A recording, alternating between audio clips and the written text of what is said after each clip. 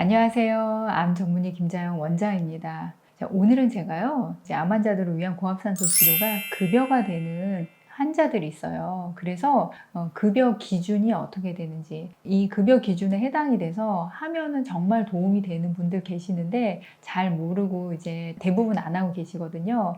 그래서 제가 오늘은 그 이야기 좀 드리려고 합니다. 결론부터 이야기하면은 고압산소가 암 환자분에게 급여가 되는 경우는 딱 한 가지 경우예요. 어떤 경우냐면 방사선 치료 후 부작용. 자, 이때 급여돼요.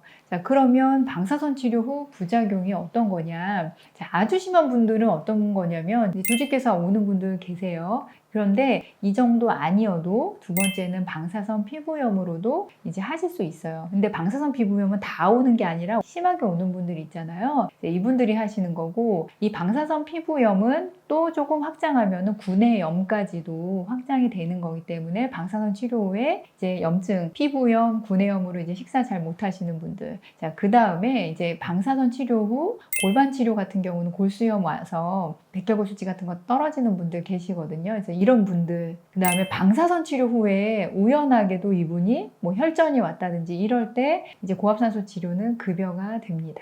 자, 그러면 제가 좀 세부적으로 이야기를 해볼게요. 근데 제가 이제 방사선 종약 전문의로 이제 근무도 했었는데 사실은 제가 대학병원에 있을 때도 저도 이제 방사선 치료를 하고 이제 부작용을 호소하는 분들이 계셨을 거 아니에요. 그런데 고압산소 치료에 대해서 제가 전혀 몰랐었어요. 그래서 이런 부작용이 있을 때 고압산소 치료를 하면 좋다는 것도 몰랐고, 그래서 저도 이제 늦게야 이제 시작을 한 건데, 여러분들 중에서 정말 도움이 되는 방사선 치료하고 안타까운 분들 계시거든요. 그래서 이분들 어떤 경우인지 제가 이야기를 해볼게요. 첫 번째는 가장 대표적인 게 두경부암 환자분들이에요. 두경부암 환자분들은 제 생각에는 방사선 치료하고 그냥 기본적으로 해야 된다고 저는 생각이 들어요. 대부분 구내염 와서 식사 잘 못하시고 고생들 많이 하시고요. 두경부암 환자분들 방사선 치료받는 범위들이 대부분 이제 얼굴 포함하고 목이 포함이 되기 때문에요. 이 피부염 색깔 변화만 와도 사회생활하기가 힘든 그런 상황들이 오고, 그 다음 피부 가까운 부분들이 대부분 치료 범위이기 때문에요. 피부 화상 입은 것처럼 벗겨지는 분들도 계시고, 피부염도 좀 심하게 오는 경우들이 많죠.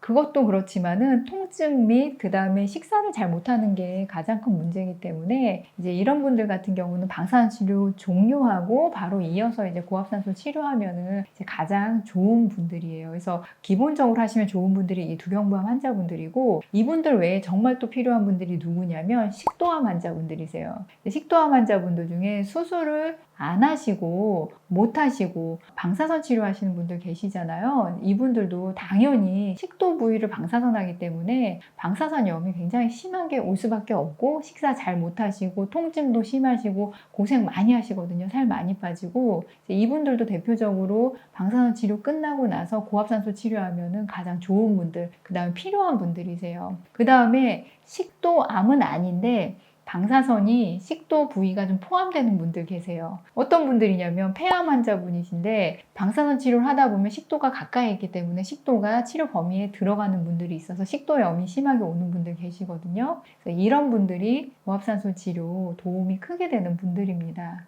그 다음에 이제 방사선 피부염으로 고생하는 분들이 계시는데, 그거는 이제 치료받는 부위마다 심하게 화상 입은 것처럼 방사선 피부염이 오시는 분들이 있을 거 아니에요. 그렇게 피부염이 나타나면 그게 유방이든 골반 부위든 어느 부위든 통증도 있고 피부 벗겨지고 이런 분들이 하시면 고압산소 치료가 이제 필요한 분들이시고요. 이제 골반 부위 방사선 하는 분들 중에 직장암이라든지 자궁암이라든지 자궁경부암이라든지 이 골반 부위 방사선 치료를 하면서 회음부 부위까지도 포함이 되는 분들은 회음부에 방사선염이 심하게 오는 분들이 가끔 있어요.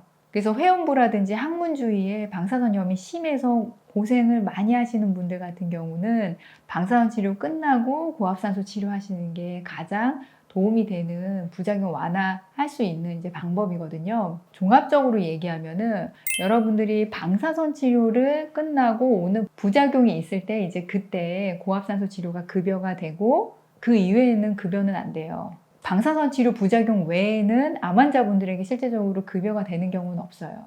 그래서 방사선 치료로 고생하는 분들이 급여 치료로 고압산소 치료 받는 게 정말 도움되는 분들이 있다. 오늘은 이제 이 내용이고요. 제가 사실 이제 의사로서 속상하기도 하고 되게 후회되는 점이 뭐가 있냐면요. 제가 이제 대학병원에 있을 때 말고 미토 의원을 개원하고 저한테 왔던 이제 환자 중에 이 방사선 부작용으로 굉장히 고생하시는 분들이 계셨었거든요. 그러니까 예를 들면 두경부암 환자인데 재발을 해서 방사선 치료를 뭐 두 부위를 몇 년에 걸쳐서 했다. 이제 이랬을 경우 입 안이 완전 엉망이 된 상태여서 그분도 빨대로 식사를 하셨었거든요, 항상. 근데 그분한테 사실은 부작용을 낮추는데 너무 도움이 되는 치료가 고압산소였는데 제가 그때 그걸 몰랐어요.